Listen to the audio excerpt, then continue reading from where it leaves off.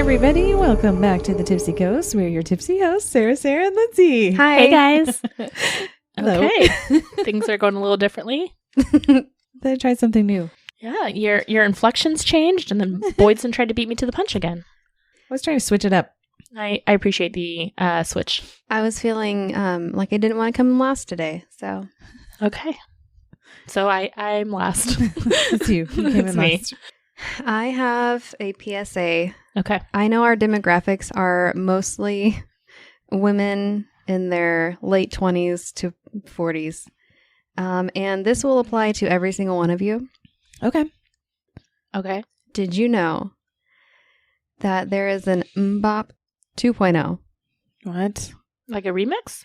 Hanson came out with an adult version of MBOP. Is it like Mbop indie? not an adult version? No, because they were like Are there children. cuss words? No, it's the same song. It's the same song. Shit but- pop. Shit pop. Wait, what? I said, are there cuss words? And she said, shit pop. Shit pop. Fuck you, bop boom bop. Dick. Penis pop. Oh. It's the adult version of Mbop. I'm so sorry, Mbop. Hanson Brothers. Oh. They just go by Hanson now. Oh, And wait. Okay, all right. it's the exact same song, but whenever we first heard this song, they were babies. They were, Yeah. they had the long hair. Teeny tiny babies. They're just Now jamming out on that they keyboard. They are grown. Yeah, they're our age. Yes, Thank you for saying grown instead of old. they're grown. They're mature. And so is MBOP. It's just an upgraded version. It's like it grew up with us. I highly recommend you listen to MBOP 2.0. Where can I find this song? Anywhere you listen to music. I love Oh, that. that's adorable. It's very nostalgic. Mm-hmm. Who gets to tell us a story? Me. We're so musical lately. Thank you for meeting me at that. You're welcome. I just enjoyed it. I have a smorgy for you. Ooh. No, girl, you got to sing it. Smorgy. Yes. Smorgy. Yes. Smorgasbord. Yeah. Thank you. I felt like I was at a concert. Yes. Yeah. I'm your backup singer. You're more than my backup singer. You're my inspiration for this story. You're my inspiration. I love that. Me? You. Oh. Boydson texted me a few days ago and goes, I don't know if you started your story. Oh. Because I knew she hadn't. Had I started my story now. So here's an idea. I did this story at 3 a.m. Love the best this. ones. So she gave me an idea. Okay. And this is about the Stanford Prison experiment. Okay. I love this story so much. I do too. I just knew that you would have a better take on it than I would, so. Well, here's the thing, y'all. Okay. It has been a few years since I've been undergrad school, so some of this is from memory and some of it I had to look up some stuff. That's okay. All right, so the Stanford Prison experiment is a pretty well-known psychological experiment that was conducted from August 14th to the 21st in 1971 by Stanford University. And it is basically to answer the age-old question of personality versus environment. Which affects which? Here we go. Spoiler alert. It did not answer that question, really. Oh, okay. Well, they tried. They tried. So All right. it's still a mystery. It's still a mystery. The team was led by Professor Dr. Philip Zimbardo. Professor Doctor. Because it's Dr. Several Zimbardo. first things. It's Dr. Zimbardo, but he is like not a medical doctor. He is a psychology PhD professor. You assholes. He is both. Okay? He sounds very official. He is not just a doctor, he is a professor doctor. Professor, it's Professor Doctor to you. By professor, comma, Dr. Philip Zimbardo. Got it. Does that make it better? Okay. I hate you. He just wanted to get it all out there and make sure I'm everybody on called like him line everything. 2. All right, the study was a 2-week simulation of a prison environment that was examining the effects of situational variables on participants' reactions and behaviors. So basically what they did, they had the basement of the Stanford Psychology Building, which was used to conduct their experiment. And their official experiment goal was, quote, "We wanted to see what the psychological effects were of becoming a prisoner or a prison guard. To do this, we decided to set up a simulated prison and then carefully note the effects of this institution on the behavior of all of those within its walls," end quote. Fun fact, the study was funded by the U.S. Office of Naval Research. Okay. The Navy gave them some money. We gotta know. They said they wanted to understand antisocial behaviors, but really people think that they wanted to know how to intimidation and interrogation tactics. Got it. So both the Navy and the Marines were interested, and they said that they wanted to investigate conflict between military guards and their prisoners. Okay. We're going to talk about the logistics before we get to the actual experiment. So this is the prep work. So participants were recruited from the community. They placed an ad in the newspaper offering $15 a day to male students who wanted to participate in, quote, "a psychological study of prison life." So that is about $108 today. So $100 a day for college students. It's pretty significant. I would take that. Yeah, I did the math later. So they were committing to 2 weeks, which was just short of $1,500. Okay, so for 2 weeks. That's a lot of money. So 75 men applied, and they did psych assessments and screened the participants to decide who was going to participate, and they ended up finding 26 men. They were randomly assigned to either being a prisoner or a prison guard. They literally flipped a coin and decided. So that leaves, of those 26, they had 18 involved with 6 substitutes, we'll call them. So 9 guards, 9 prisoners, 3 subs each. So the applicants were predominantly white, middle class, and they were deemed by the psychological assessments to be stable and healthy. They intentionally excluded anyone who had a criminal background and anyone who had a medical problem or a psychological impairment of some kind. Was this to have like an even playing field for everybody? Right. You don't want someone who has like a criminal background to skew. They had to level the playing field. Like the aggressions. Yeah. Yes. Okay. So the guards were given uniforms to purposely diminish any individuality among them. So everyone's dressed the same. They were given mirrored sunglasses, so that way nobody could see their eyes, and again, to kind of remove them from everyone. They were instructed to prevent prisoners from escaping, and we'll get more to kind of what they were instructed to do as well. So like I said, this was in the basement of the psych building. They set up a small mock prison cells that would hold 3 prisoners each. So we have 9 prisoners, 3 cells. There was a small corridor for the prison yard, a closet that they used for solitary confinement, and a big room across from the cells where the guards and the warden would be. So the room was 35 feet long, and they put up like fake walls for the entrance and exit. The cells were 7 feet by 10 feet, which is not very big for 3 adult men. They were unlit. There was a cot with a mattress for each prisoner, a sheet and a pillow. The guards had a separate area that they were staying in, but they were given access to these areas to rest and relax when they were not on duty, whereas the prisoners, they were pretty much on duty 24/7. Got it. The guards worked in teams of 3 for 8-hour shifts. They were not required to stay on site for their shift, but many of them actually did. The day before the experiment began, the guards were invited to go to orientation.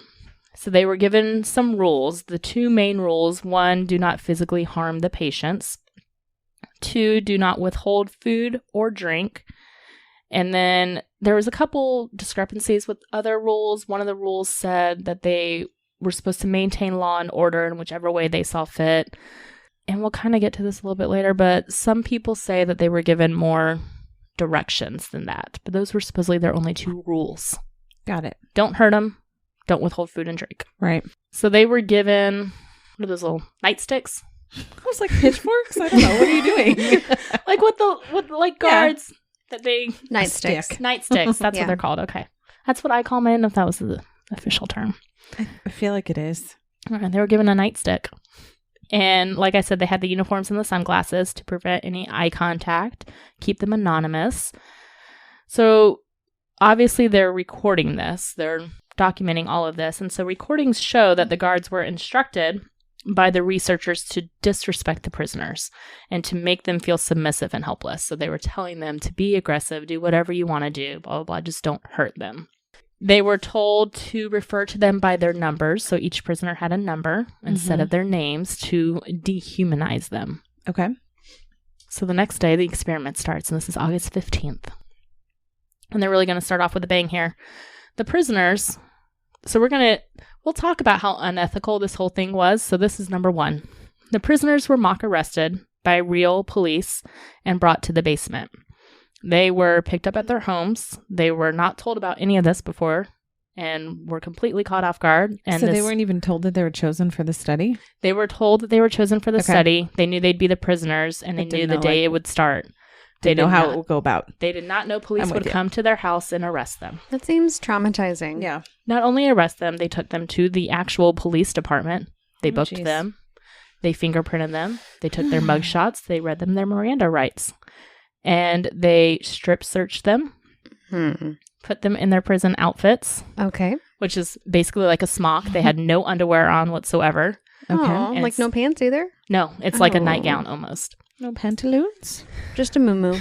Just a moo-moo. That opens in the back. They put a chain with chain around one ankle. Not like connected to anything, but like just like a handcuff chain. For some reason, I was picturing those chain wallets. In the moo-moo? There was no pockets in the moo-moo. Down to the back of their smock. I don't know. They had a little like night, like a cap almost, you know what I'm saying? Like a sleeping cap. I don't know what else. That seems more important than like socks. Yeah. A cap. Gotta keep their head warm. They were given their new identities, which is their like ID number. And then they were blindfolded and taken to the Stanford psychology department where the prison was. So not starting off well, because this is already a breach in the ethics of the contract Zimbardo had them sign. Okay. Starting off strong. Yes. And they were transported to the fake prison with sirens, like lights and sirens on and everything. Oh, man. Yeah. Those are only for emergencies. The police really went all out on this. They're probably excited. I've got to arrest people. A fake arrest. Can you imagine being at your house and all of a sudden the police show up and all of this and you're like you're having a family dinner, your grandma's over, you just get arrested. Doesn't really seem like a good use of funds for police officers either. That's what I'm saying. Why are they all in on this? I don't know. Something's fucked up. Lots of things are fucked up about it, but lots of things starting off weird. Yeah. So they get to the prison, in quotation marks here. So once they got there, the warden, again in quotation marks, and we'll get to the warden was a research assistant. His name was David Haffey. Not a real warden? He was not a real warden. Okay, well, I guess that makes sense. So he met with the prisoners and explained the rules of their prison. They were confined to their cells and the yard that they had set up all day and all night until the experiment would finish, which was for 2 weeks. And I say yard, it's like extra space in the building. They don't get to go outside. Oh. It's not like an actual yard. Okay. This seems like even worse than real life scenarios. I don't know. I've never really been to prison, but it's like the Stanford death row experiment. Yeah. They did have a prison consultant before they set this all up. Is that a real job? Apparently. Like he was a guard for an actual prison and he consulted with the psychology department. The ins and outs. I'm with you. So I think that's where they borrowed a lot of this stuff from. So on the second day, August 16th, at 2:30 in the morning, the guards woke the prisoners up by whistling and clanging their nightsticks along the bars. Prisoners were upset and rebelled by refusing to leave their cells to go to the yard, ripped off all of their ID, like their number tags, and insulted the guards. They also barricaded their cells by pushing all of their beds up against the doors. The guards, in response, sprayed a fire extinguisher at the prisoners to establish control. Oh my... Was that in the playbook? Like I said, the only rule was do no harm and establish law and order. And they basically let them go from there. So it seemed very vague. Yeah, it's we very probably vague. should have had some more rules. Yeah. There definitely should have been more rules. Like, do what you want. Do what you want. Maybe that was part of the experiment, though, too, to see how far they would push it. They insulted me. Let me get a fire extinguisher. I don't like what they did. They're not listening to me. I'm fake in charge and they're not listening. I don't know why they're upset. It's 2:30 in the morning. I'm going to spray this on them. Let's see if it works. So, did it work? It did not. Mm. It worked in making them more mad. That's what I was going to say. Did it piss them off more? Yeah. Yes. The 3 backup guards were even called in to help get control. Not the backups. The backups. Oh, God. Like I said, the guards were allowed to go home and sleep when they were on shift, but a lot of them didn't. This is what they did in response. They removed all of the prisoners' clothes. Oh, so they're naked? They're naked. What They about the removed hat? the mattresses. I don't know about the hat. You can keep her hat. Put it over the groin. Tie it around the neck. The loincloth now. They removed the mattresses because they were barricading themselves. Right. And they sentenced who they thought was the instigators, like the ringleaders here, to the hole, aka solitary confinement. Not the hole. The ringlings. The ringalings. That was another kind of discrepancy I saw. One of the rules they said was you could only go to solitary confinement for an hour. I don't know if that was actually put in place. Like if that was clearly defined. Okay. So basically they're using psychological warfare here. They're using sleep deprivation, all the things. And further rebellion was squashed for the moment. And one of the guards was reported as saying, "These are dangerous prisoners." Yeah, it's giving Russian sleep experiment. Mm-hmm. Kind of. Day 3, August 17th.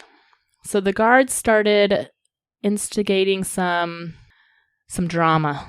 Mm-hmm. They're stirring the pot with the prisoners. Seems like they have been the whole time, but yes. Well, yes. Proceed. They start to separate the prisoners and reward those who were snitching and doing good and punishing the bad ones.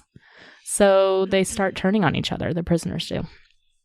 So those who were rewarded were in the good cell, which had clothes that they could get dressed back in, had their beds back, and they were getting food that the rest of the jail was being denied. They broke a rule. They restricted food. Oh. How about that? Mm-hmm. After 12 hours, they were finally returned to their old cells, but they still were not allowed their beds. They were allowed their clothes, but not their beds. So they're sleeping on the floor at this point. And their moo-moos. Mm-hmm. And they continue the sleep deprivation. They're waking them up at all hours of the night, making them do push-ups, jumping jacks. Just to be dicks, basically? Yeah, because they can. They're authority figures. Yeah. Mm-hmm. Guards were basically allowed to abuse their power here. So they humiliated the prisoners. They made them refer to themselves as their ID numbers. They would wake them up at all hours of the night to do count-offs. They restricted their access to the bathroom. So at night, overnight, they gave them a bucket in the cells and told them to use that bucket. They would not let them out to go to the bathroom. And then they stopped eventually even cleaning out the bucket and just letting it sit there with the smell. That's just gross. So at this point, we're 36 hours in. 36 hours. Oh my gosh, yeah, that's not very long. For 2 weeks. And prisoner 8612, Douglas Corpy, breaks. So he was the first prisoner to leave the experiment. After 36 hours, he started having a breakdown, and it is on video of him screaming and crying. And he says, quote, "Jesus Christ, I'm burning up inside. I can't stand another night. I just can't take it anymore." And then the research assistant was quoted as saying that he began to act crazy, scream, curse, and to go into a rage that seemed out of control. So after witnessing this, the research assistant, Craig Haney, agreed to release him from the experiment. Several years later in 2017, Corpy stated that this was fake. He said that he had to study for the GRE, which is the graduate exam, and he wanted to leave so he could do that because he thought when he signed up for the study that he would be allowed to study while he was in prison, and realized pretty quickly there was no studying. Like, I gotta get the fuck out of here. Yeah, so he said he faked it all just to get out so he could study. But also, I mean, I kind of believe that he was having a breakdown. Yeah, I mean, 36 hours and they hadn't been allowed to sleep, really. Yeah, that's awful. Zimbardo in 2018 responded to this and said that he had to treat this breakdown as real and release him, and he thinks that it was actually real and he was just lying to cover himself. Mm-hmm. He said that Corpy was in a documentary back in 1992, and he had said then that the prison experiment deeply affected him and even led him to later becoming a prison psychologist himself. Interesting. So who knows if it was real or not, but there's that. So day 4, August 18th, the prisoners started to separate themselves from each other. They're turning on each other because the guards are pretty much dividing them. They would reward some. They would isolate others. They still do not have their mattresses and are sleeping on the floor. So they're all blaming each other, trying to basically get their things back. And another prisoner starts to show signs of a breakdown, and this is prisoner 819. He was crying in his cell, and at this point, Zimbardo brings in a priest to come talk to all of them, to see how they're doing, to check in. I just want to check in. Yeah. I just want to talk. Just want to see how you're doing, bud. See how it's going. So the priest goes to meet with prisoner 819, and he is crying, inconsolable, asked to see a doctor, like a medical doctor. So they move him to another room to wait for the medical doctor. And during this time, the guards are forcing the other prisoners to yell, 819 did a bad thing. 819 is a bad prisoner. And 819 can hear all of this. So the researchers realize this, and they go to check on 819, and he is inconsolable, sobbing uncontrollably in the room, like awful. And so they are like, look, you can go, you can be released, blah, blah, blah. And he says he can't leave because he is a bad prisoner. Oh, that's really sad. It's been like, what, 2 days? Day 4. Oh, poor guy. So Zimbardo has to come in and intervene. And he says, quote, listen, you are not 819. You are, said whatever his name is. Yeah. My name is Dr. Zimbardo. I am a psychologist, not a prison superintendent, and this is not a real prison. This is just an experiment, and those are students, not prisoners, just like you. Let's go. And he said, as soon as he said that, 819 stopped crying, said, okay, and left. But he was like, he basically talked about it years later, and he was like, I had to remind him that this was not real. Yeah. Because he was so wrapped up in his role. Wow. Day 5, August 19th.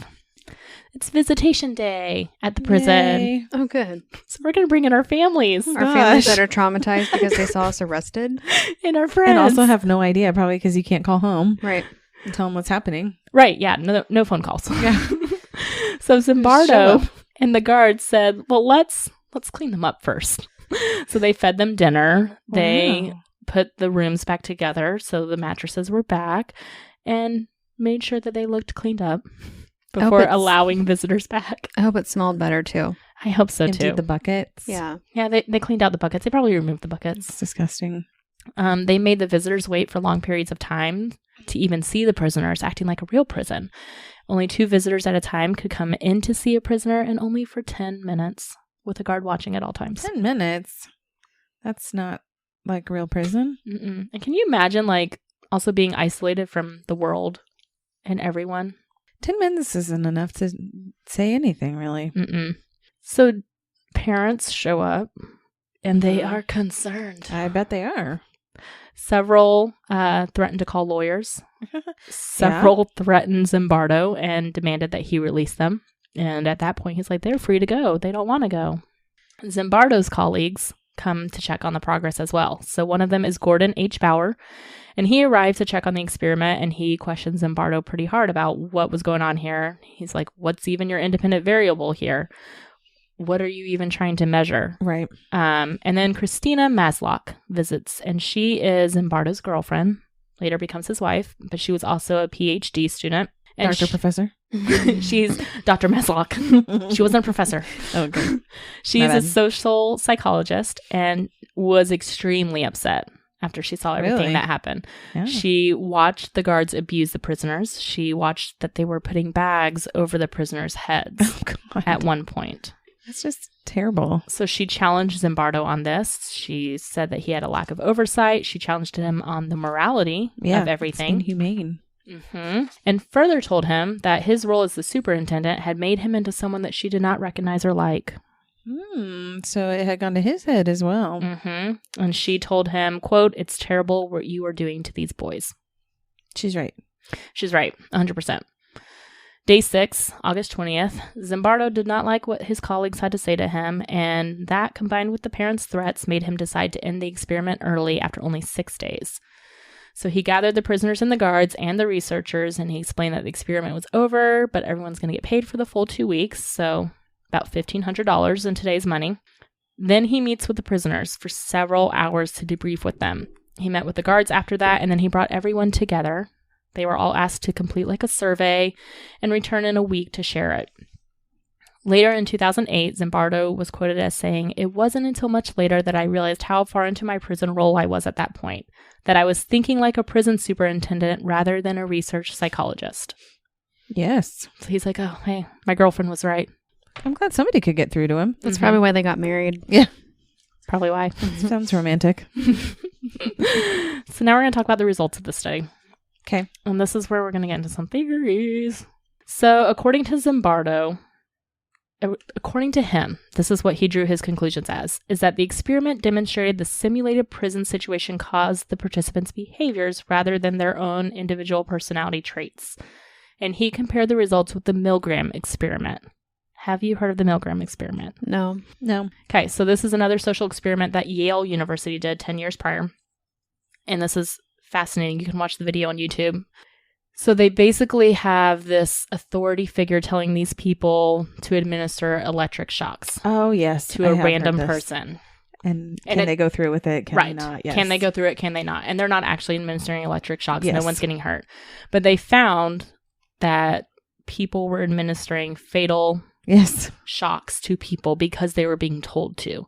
And you can watch, like, I remember watching this in undergrad, and you can see some of the participants start to fight back, and they're like, I'm hurting him. Like, they could hear him screaming, and he was acting. Because he was like in another room. In another room. They couldn't see him. But they could hear him. They could hear him. And they're like, he's screaming. He's saying this hurts. He's saying, please stop.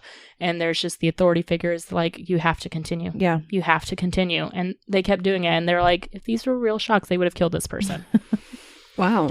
So what was the conclusion? Like, what came of that? What was the idea? Saying that we go further than our own morality when we are told to. We follow authority. I think they assumed that people would stop sooner. Because to do the right thing versus being told what to do. Measuring like the willingness of an individual to obey an authority figure even when it goes against your own moral being. Wow. So Zimbardo points to this experiment and says we were trying to do the same thing essentially.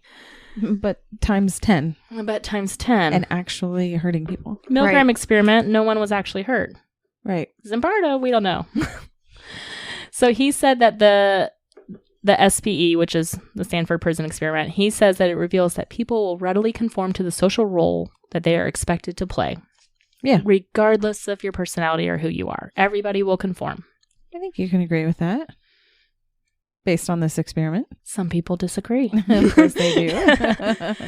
So 2 factors at play that support this is the idea of de-individuation. So this is basically when you become so immersed in the norms of the group that you lose your own personal sense of identity and personal responsibility.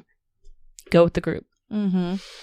Another one is learned helplessness, which nothing you do changes the outcome, so might as well stop. So he was saying the prisoners felt that they had learned helplessness.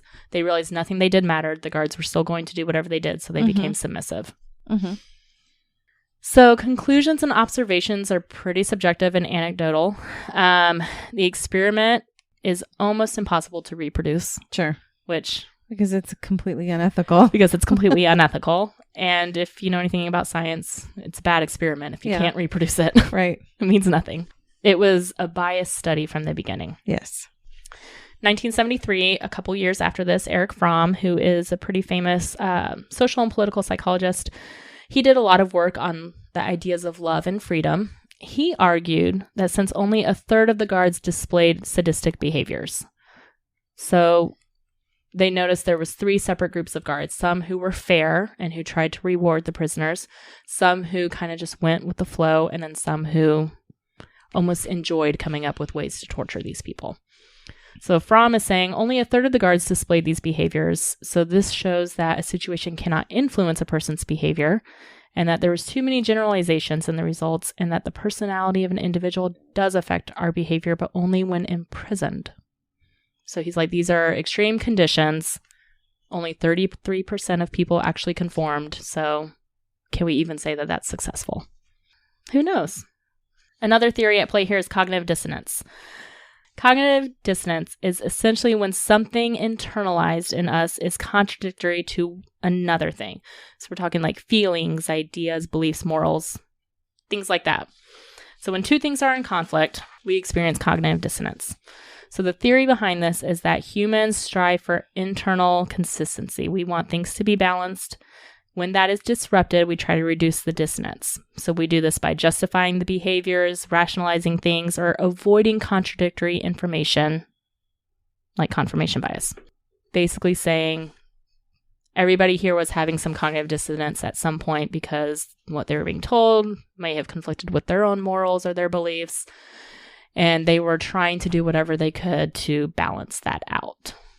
Some, like the prisoners, did that by submitting and just doing whatever they were asked of and not fighting back. Some of the guards did that by going along with the flow of those three who were kind of the more hostile and aggressive ones. So they were basically saying people were all affected by what others in their group were doing, if that makes sense. And then there's the Hawthorne effect. So this is the theory that our behaviors are shaped by the feeling or perception of being watched. So we act differently when we are observed. Oh, that's true. That's true for sure. Versus when we are alone. Mm-hmm. So in this case, the guards behaved more aggressively because the supervisors, who were really just the research assistants, were watching them and not stopping them. So they weren't being punished for acting aggressively. So they just kept doing it. Yeah, I get that. So there has been a lot of critiques about this experiment. Number one from the beginning is the selection bias. So the ad asked for prisoners and guards right from the get-go. It didn't ask for, hey, we're just doing like a vague psychology study. So it already put those roles out there. So maybe people who are more aggressive responded because they're like, ooh, I get to be a prison guard. Right. 2008, two critics, Thomas Carnahan and Sam McFarlane, argued that those selected already had traits that could be associated with abuse, such as aggression or narcissism. In 2012, psychologist Peter Gray argued that participants in these experiments are more likely to do what they think the researchers want them to do. So they think they should be aggressive, so they act aggressive. This is basically called demand characteristics. You guess what you think the behavior is that is expected of you, and you act according to that. So they had an orientation with the guards before this experiment even began and talked to them about this is what is expected. So those guards were already going to act as hostile as they could. Furthermore, no interventions occurred when the guards were acting like this and being awful. So they assumed it was fine and to keep going. Exactly.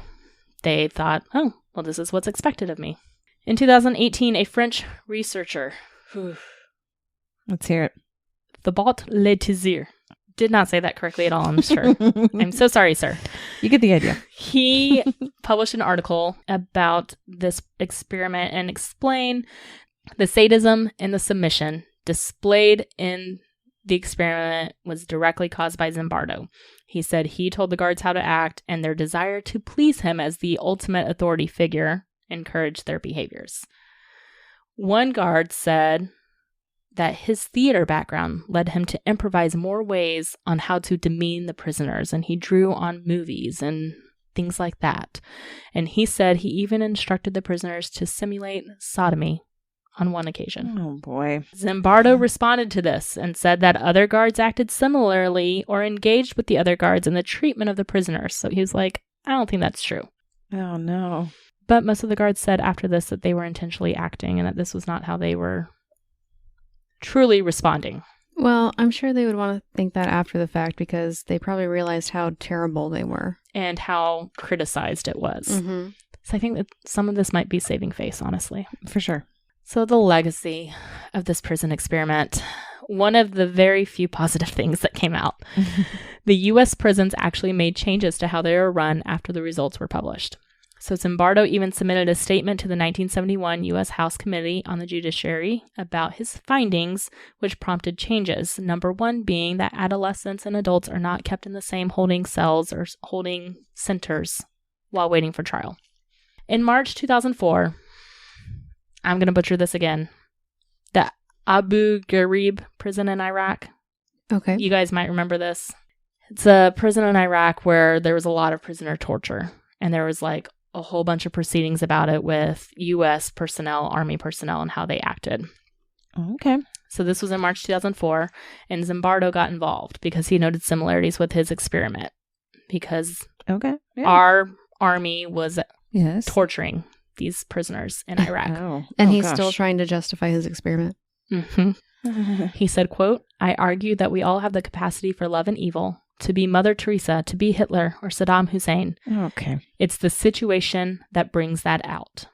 And he criticized the government because the government at the time when this all was coming out were saying that it was a few bad apples. It was a few bad, guards. And Zimbardo said, no, this is a systematic problem. And the situation is what provoked these behaviors in them. So he even became involved with the defense team of the lawyers that represented one of the guards, Staff Sergeant Ivan Frederick, testified as an expert witness in his court-martial, but Frederick was ultimately sentenced to an 8-year prison sentence. So he later wrote a book called The Lucifer Effect, Understanding How Good People Turn Evil. And it talks about the similarities between the two cases. So really the ethical concerns are what brought a lot of this to the forefront here. So the guards became so deeply absorbed into this role that they emotionally, physically, and mentally abused the prisoners, which brings into a lot of questions about ethics. Most serious being that they continued the experiments even when some people asked to leave. So they let those people leave, but they didn't stop the experiments. Yeah. They told the prisoners that they had the right to leave at any time, but really weren't encouraging them to leave. There was very limited oversight, which means that some things were in contradiction to what their contract actually said, like being arrested without knowing about it. Because of this, ethical guidelines for human experiments are much more strict now. One of the most important guidelines is basically a do no harm. So there are rules to prevent harmful treatment of participants. Human studies must be reviewed by the research board, and they have to be approved by the ethical guidelines to be even started. Yeah, because do no harm was way too vague. Yeah. They had to really make that a little more specific. So now anytime a human is involved in an experiment, you got to go before the board. You got to get approval from the APA, Yeah, which it's is difficult, as it should be. Yes, it's a lot more strict, which back in the 70s, it wasn't that strict. No, not at all. Obviously. So the main goal here is the potential benefit to science has to outweigh the possible risk for physical or psychological harm. And in that case, they're not really sure if it did. Post-experimental debriefings are now practiced to ensure that participants are not harmed in human experiments. The researchers did conduct these debriefings, but it was years later. And so now one of the ethical guidelines is that it has to be done ASAP to diminish any harm. And they said because those were done years later, details were forgotten, things might have been missed. Zimbardo to this day claims that no long-term negative effects were noted by any of the participants. Of course he's going to say that. He wasn't a prisoner. He was not. So his findings in this study were published in the Naval Research Reviews, which, because it was funded by the Navy, he had to publish it with them. The International Journal of Criminology and Penology, because they asked him to publish, and the New York Times Magazine, because he wanted to reach a broad audience. Of course he did. He did eventually get them published in the American Psychological Association's magazine, but they are more strict, and it took him a while to get it published there. Probably because they were like, listen, sir. This doesn't sound great. We're not real sure about this. This isn't looking great. We don't want to advertise this. Yeah. So you can watch the videos online. I've watched it a couple times back in undergrad, and it's fascinating to see. I want to say I saw, I obviously haven't watched it, but there may be a documentary about it. There is a documentary that was more recent. Yeah. So I've seen like previews or whatever for that one, but I haven't done it. Is there a movie made off of it too? Yeah. So they made a movie, the Stanford Prison Experiment, in the last 5 years or so. Mm-hmm. So I've been meaning to watch those. I've not done either of them. Mm-hmm. Now you have inspiration. Yeah. You have inspiration. Have you watched 60 Days In on Netflix? Mm-mm. Have you? I've watched a few episodes. It's kind of interesting. Mm-hmm. Obviously, they're knowing participants. Right.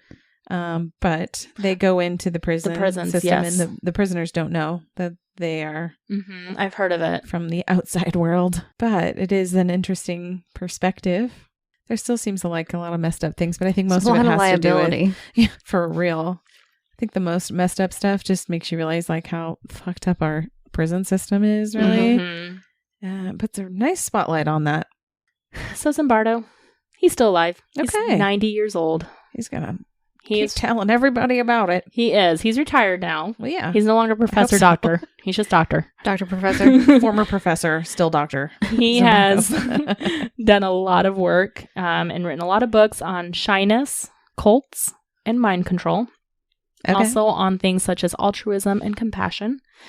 And despite his unethical study, he has defended it over the years, and he has done a lot of good work for psychology, mainly focusing on exploring human behavior and our capacity for good and evil.